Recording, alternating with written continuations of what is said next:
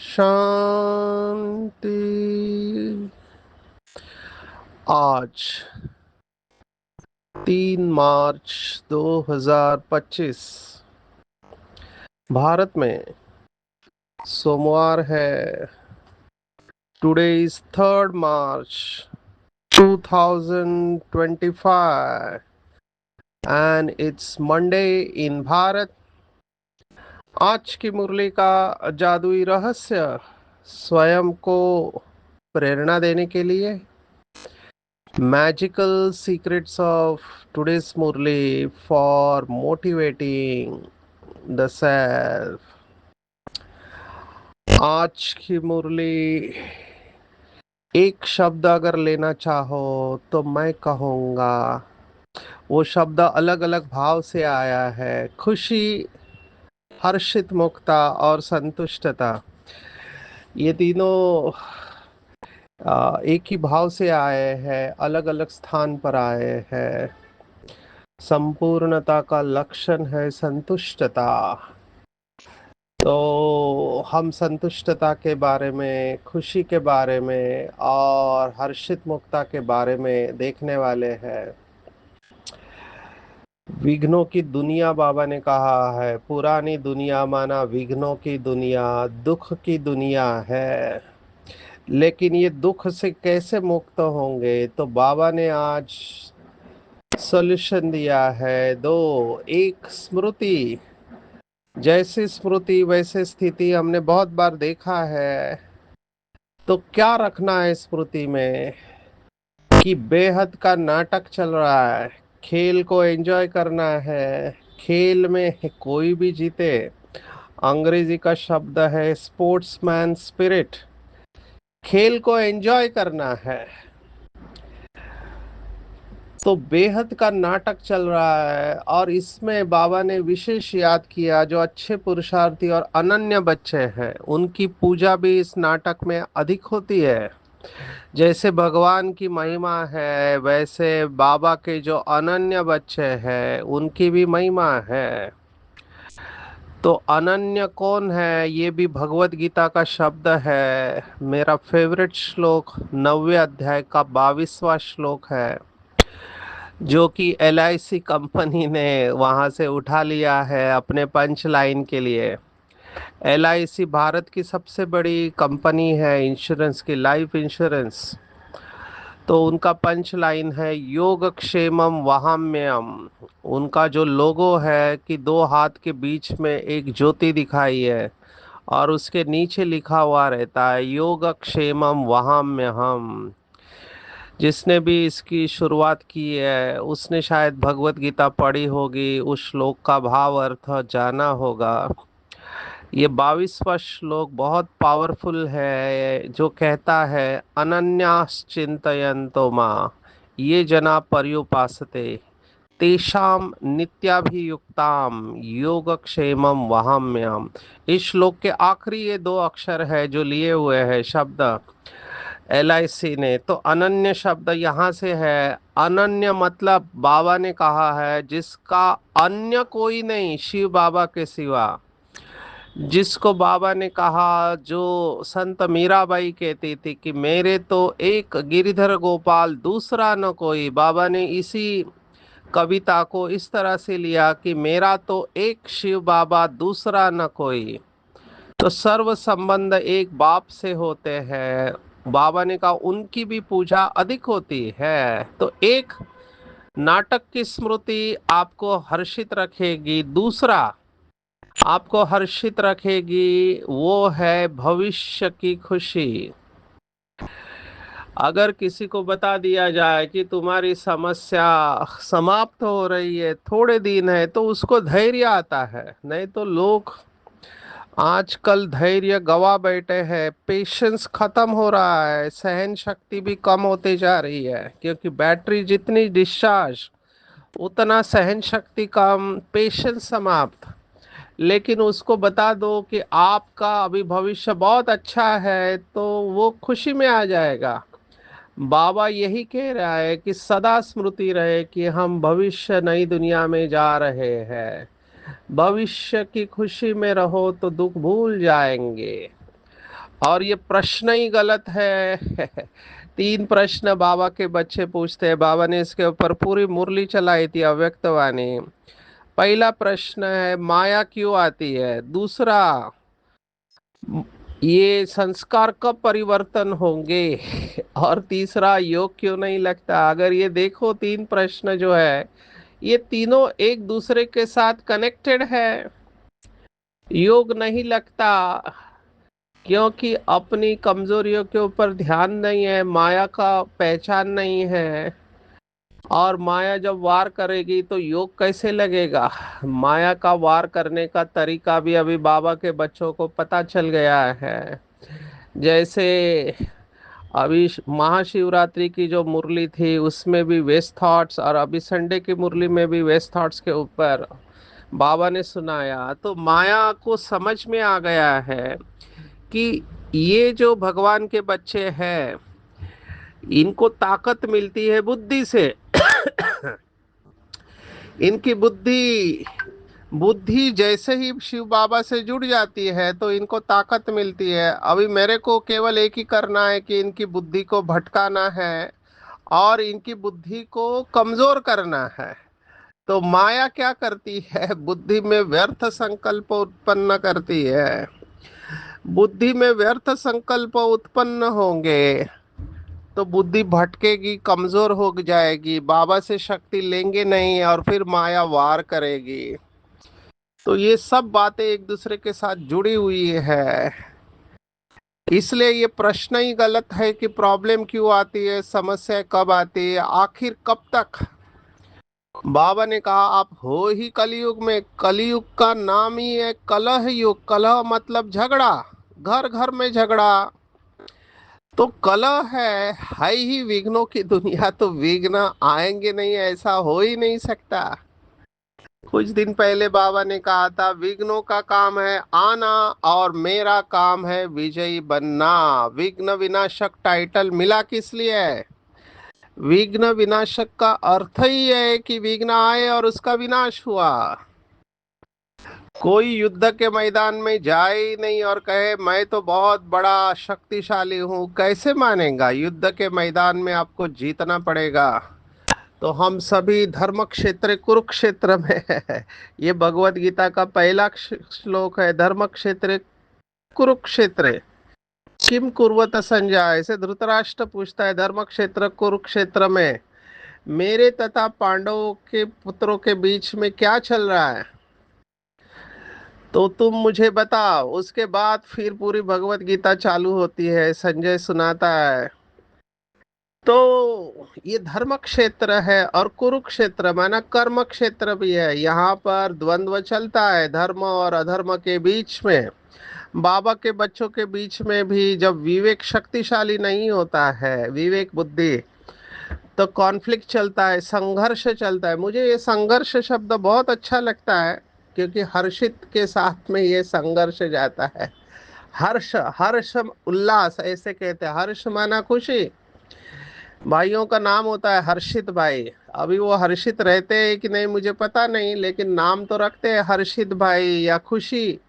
बेटियों का नाम भी खुशी रखते हैं, भाइयों का नाम हर्षित रखते हैं।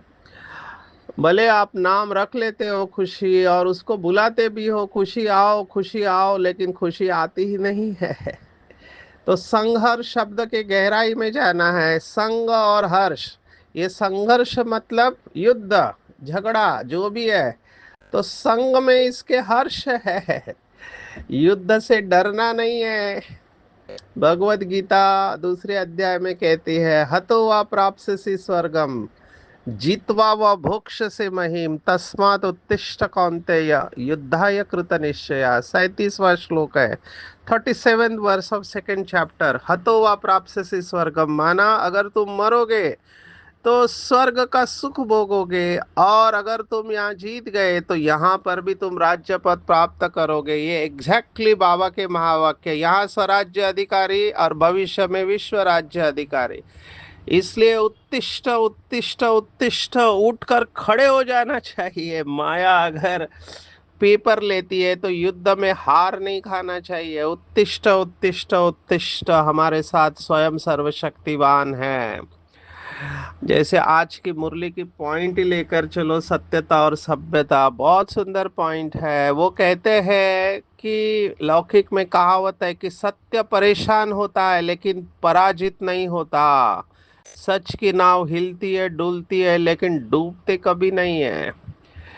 इसलिए अगर हर्षित रहना है, खुशी में रहना है, तो दो स्मृति, एक नाटक चल रहा है, खेल चल रहा है, खेल को एंजॉय करना है। बाबा ने कुछ दिन पहले कहा था कि आप ने जन्म लेते ही सर्वशक्तिवान माया को चैलेंज कर लिया, तो माया को चैलेंज किया और पेपर आए नहीं, ये कैसे संभव है? पेपर तो आने ही है, लेकिन पेपर का काम है आना और हमारा काम है विजयी बनना। मैं कल्प कल्प की विजयी रतन हूँ, सफलता मेरा ईश्वरीय जन्म सिद्ध अधिकार है।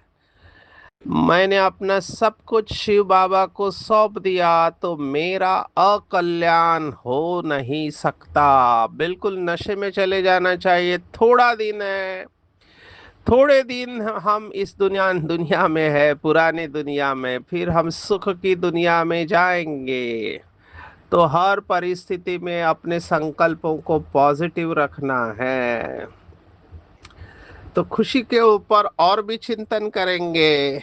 देखो मुरली का चिंतन कैसे चलता है। बाबा ने खुशी के लिए कितने सारे पॉइंट सुनाए हैं, उन सबको लिखना चाहिए और उनको बुद्धि में बार बार, जैसे बाबा कहता है, ज्ञान टपकते रहना चाहिए। तो और कौन सी बातें बाबा ने बताई है? तो बाबा ने कहा जो विचार सागर मंथन करते हैं वो सदा हर्षित रहते हैं। तो विचार सागर मंथन करना है, अपने को नशे में लेके जाना चाहिए। नशे में लेके जाना चाहिए कि मेरे जैसा भाग्यवान कोई हो नहीं सकता।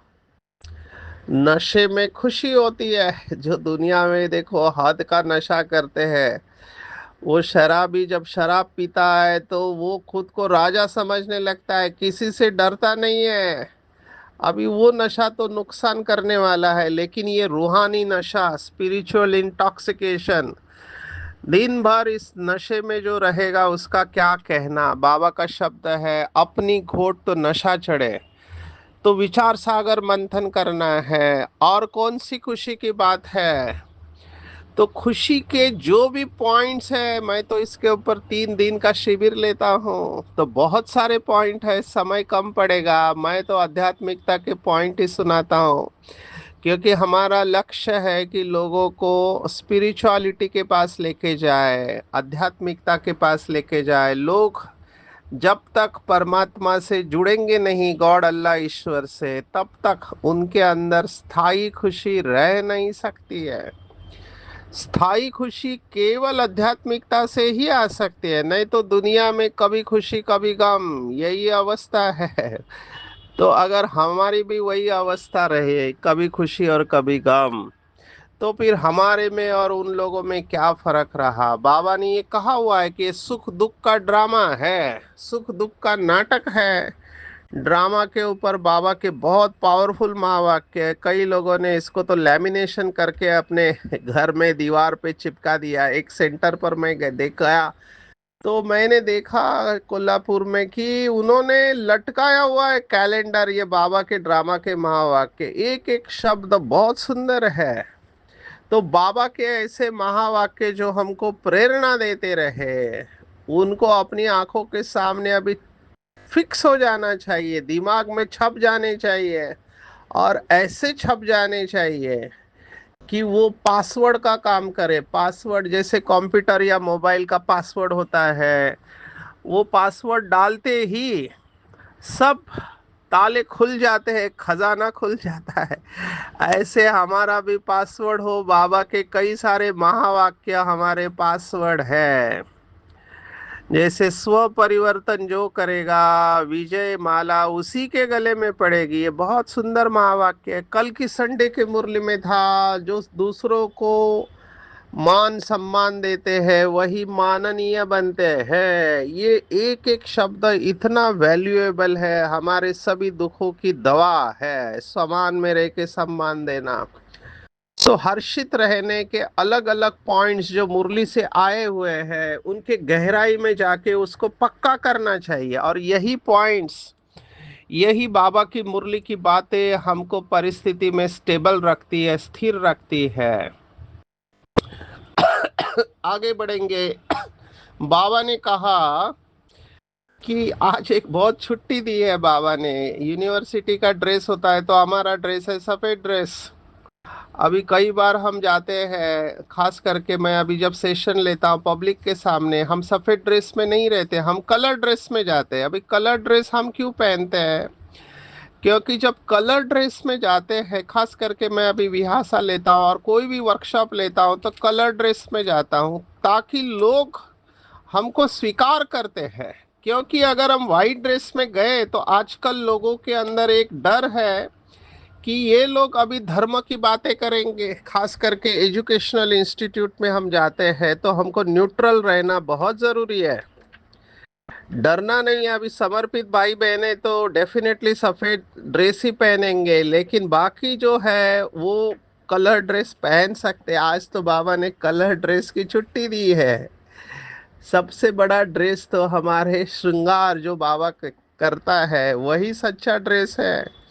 बाबा ने ड्रेस के ऊपर भी मुरलियाँ चलाई है। बाबा ने कहा विजुलाइज करो, दो ड्रेस है, एक अभी का वर्तमान ड्रेस और भविष्य का, माना संपूर्ण अवस्था का फरिश्ता ड्रेस और भविष्य का देवी देवताई ड्रेस। जो चोला चाहे पहन लो।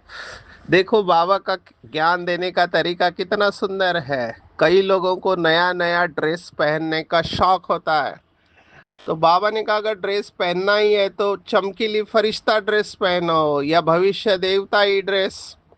तो चमकीली फरिश्ता ड्रेस माना क्या? तो जो पूर्ण संपूर्ण पवित्र है, ईश्वरीय ज्ञान गुण और शक्तियों से भरपूर है, फरिश्ता ड्रेस डबल लाइट।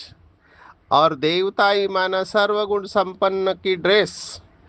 तो ये ड्रेस जरूर पहनना चाहिए। बाकी ये कलर ड्रेस, अभी ऐसा हो सकता है, हाइपोथेटिकल सिचुएशन कल्पना करो, कोई सफेद ड्रेस पहना है, बैच लगाया है, लेकिन उसके अंदर धारणा नहीं है, उसके अंदर रूहानियत की शक्ति नहीं है।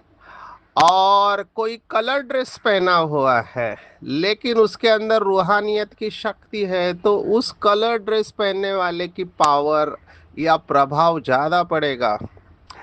मैं तो अभी हमारे आदरणीय रमेश भाई की कहावत मुझे याद आई।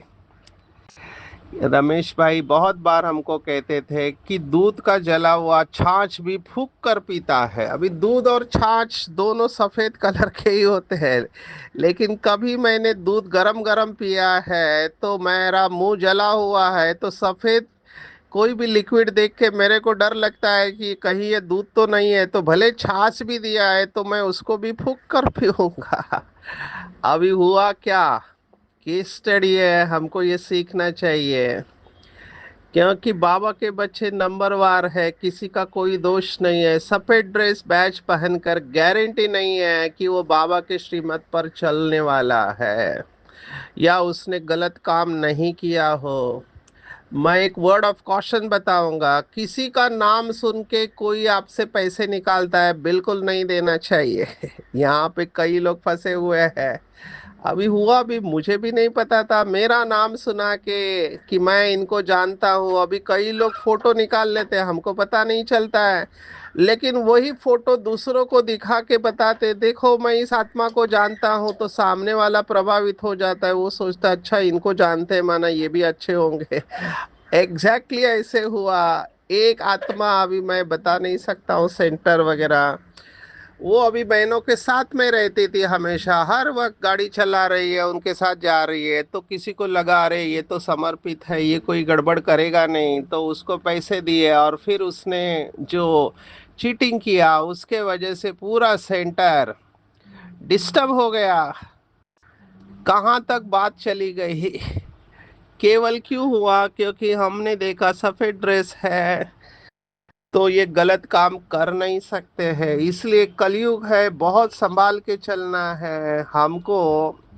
हमको तो ये सिखाया जाता है आजकल जब मैं पुलिस के साथ काम करता हूँ, क्योंकि ये साइबर सिक्योरिटी या आजकल ये धोखाधड़ी के मामले इतने बढ़ रहे हैं, हमको बहुत बहुत, जिसको हिंदी में कहते हैं, फूक फूक कर कदम रखना है। फूक फूक कर, किसी से मदद भी लेनी है तो बहुत संभाल के लेनी है। मदद अल्पकाल की होती है लेकिन पूरा जिंदगी भर आपको चुक तो करना पड़ सकता है। और ये लोग बहुत चालाक होते हैं। फेवर किसी से लेना नहीं लेना ये हर एक की चॉइस है। सभी काम लौकिक में मैं देखता हूँ, मैं मंत्रालय में जाता हूँ, फेवर करते रहते हैं एक दूसरे को, पर उसमें कितने सारे गलत ट्रांजैक्शन करते हैं, तो हमको इनसे जितना हो सके दूर रहना चाहिए। पर मैं देख रहा हूँ ड्रामा भी कल्याणकारी है, कई बार हिसाब किताब होता है, वो चुकतू करने के निमित्त बनते हैं।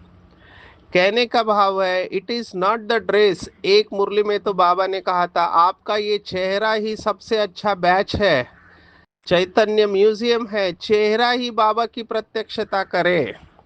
तो बाबा ने तो आज के मुरली में छुट्टी दिया है, रंगीन कपड़ों में भी सेवा कर सकते हैं। समझदार जो बच्चे होंगे वो अपना सब कुछ धनी के नाम पर करके सफल कर देंगे। यहाँ हमको पुण्य आत्माओं को दान देना है, पाप आत्माओं से लेन देन नहीं करने। स्पेशली जब किसी का रिकॉर्ड है कि पास में उसने पैसे की गड़बड़ की है, तो ऐसे लोगों से बहुत संभालना है। हमारी बहुत सारी माताएं बहनें बहुत भोली होती है। बीच में ऐसी केस आई थी कि मधुबन में भोग लगाने के लिए एक ग्रुप बना था और माताओं ने भेज दिए पैसे, बाबा को भोग लगेगा, मैसेज आएगा करके।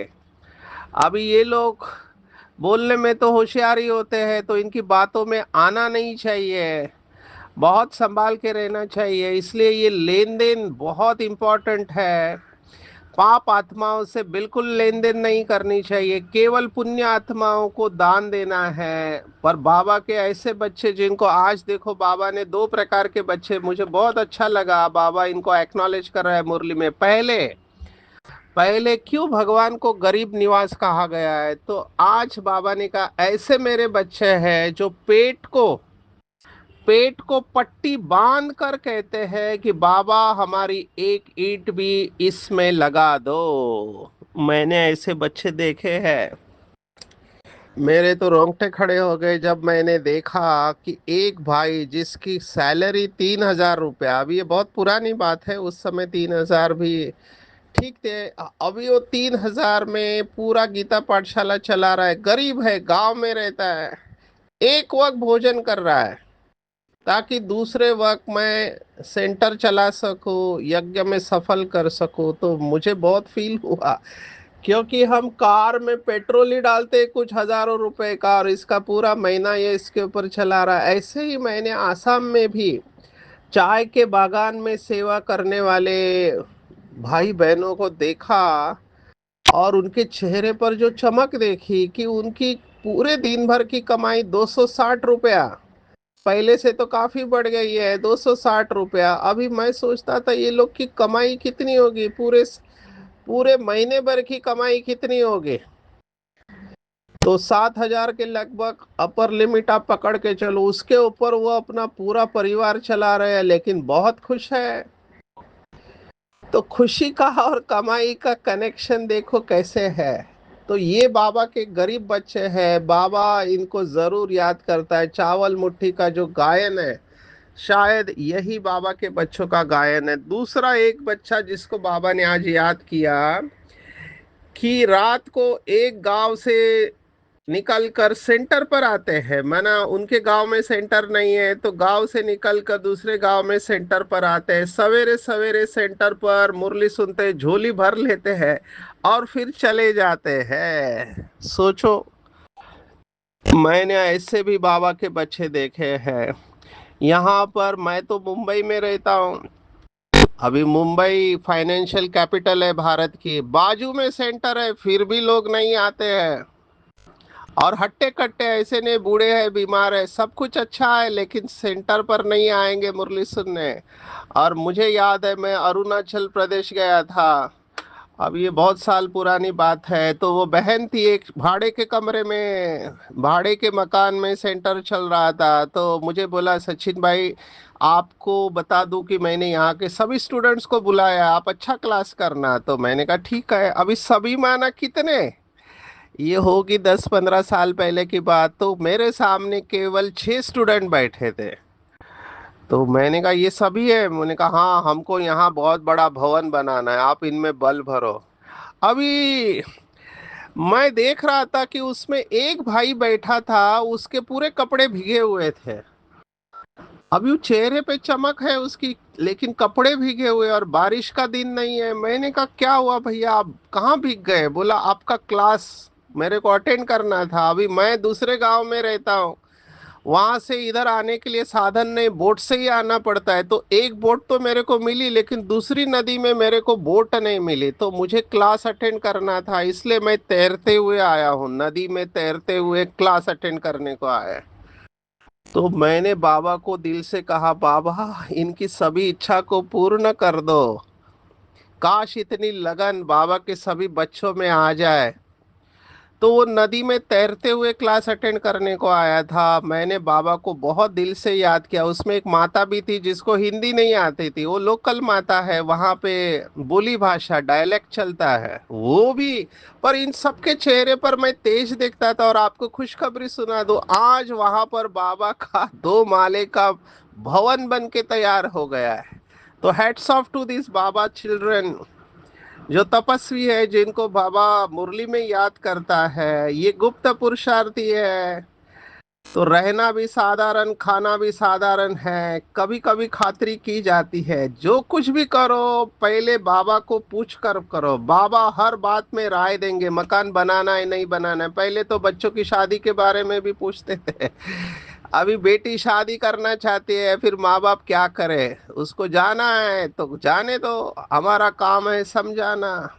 बाबा को जैसे तरस पड़ता है, ऐसे हमको भी तरस पड़ना चाहिए। सेकंड बाय सेकंड जो होता है उसको हम साक्षी होके देखते हैं, कल्प पहले जो भी हुआ था, इसलिए नथिंग न्यू। आएंगे आज का बहुत सुंदर वरदान है, बहुत सुंदर है। जो लोग तंग होते हैं किसी भी कारण से, बाबा ने सॉल्यूशन दिया है। सर्व खजानों से संपन्न रहने वाले, सदा संतुष्ट है। जैसे बाबा सागर है, सदा भरपूर है, इसलिए महिमा में सागर शब्द कहते हैं। ऐसे हम भी बाबा के बच्चे मास्टर सागर सदा संपन्न बनेंगे, तो सदा खुशी में नाचते रहेंगे। अंदर में खुशी के सिवाय कुछ भी आ नहीं सकता। स्वयं संपन्न होने के कारण किसी से भी तंग नहीं होंगे। तंग क्यों होते? क्योंकि अंदर से खाली है। किसी भी प्रकार की उलझन या विघ्न, उससे डरेंगे नहीं, लेकिन उसे मनोरंजन मनोरंजन अनुभव करेंगे। जैसे क्रिकेट में अभी वो फास्टर बॉलर डालता है, बाउंसर डालता है या गुगली डालता है, अच्छा प्लेयर जो होता है उसको भी एंजॉय करता है। समुंदर में लहरें आती है, लोग डर जाते हैं और उसके ऊपर कुछ लोग सर्फिंग करते हैं। तो खेल अनुभव होगा अगर अंदर से संपन्न होंगे, निश्चय पक्का होगा, तो सदा हर्षित रहेंगे, विजयी होंगे। इसलिए कभी भी नाजुक परिस्थितियों में, डिफिकल्ट विपरीत परिस्थितियों में घबराना नहीं है, हिम्मत रखनी है, धैर्य रखना है। और अगर ऐसी आती भी है तो अपने साथ बात करना है कि ये परिस्थिति ने मुझे क्या सिखाया। अपने को परिपक्व बनाना है, तो अगली बार आप हार नहीं खाएंगे। आज मातेश्वरी के भी महावाक्य है, बाप टीचर सदगुरु। बाप से फारकती लेंगे तो वर्षा कैसे मिलेगा? टीचर द्वारा सर्टिफिकेट लेंगे तभी तो भविष्य में प्रारब्ध बनेगी। विशेष सत्यता और सभ्यता की पॉइंट बाबा ने कहा, जोश में आकर अगर कोई सिद्ध करता है तो जरूर कुछ ना कुछ असत्यता है। मैं बिल्कुल सच बोलता हूँ, 100% सत्य है, लेकिन सत्य को सिद्ध करने की आवश्यकता नहीं है। ये भाषा बंद करना है। सत्य ऐसा सूर्य है जो कभी छिप नहीं सकता, कोई भी दीवार आए। इसलिए हर बात सभ्यता पूर्वक बोल और चलन, इसमें ही सफलता है। आज की पूरी मुरली में टेक होम है, सदा हर्षित रहना है, नाटक को साक्षी होके देखना, हर एक के पार्ट को एंजॉय करना है। और बहुत जल्द हम सुख की दुनिया में जाने वाले हैं। अपने को अंदर से संपन्न करना है, तो किसी भी प्रकार का विघ्न या उलझन खेल अनुभव होगा। नाजुक परिस्थितियों में घबराना नहीं है, पाठ पढ़ना है, अपना सब कुछ धनी के नाम करना है, शिव बाबा के नाम पर। पतितों को दान नहीं देना है, झोली में कोई छेद नहीं होना चाहिए, जो ज्ञान बहता रहे। बाप समान रहम दिल बनना है और सत्यता के साथ सभ्यता रखनी है, अपने को सिद्ध नहीं करना है। अच्छा, ओम शांति।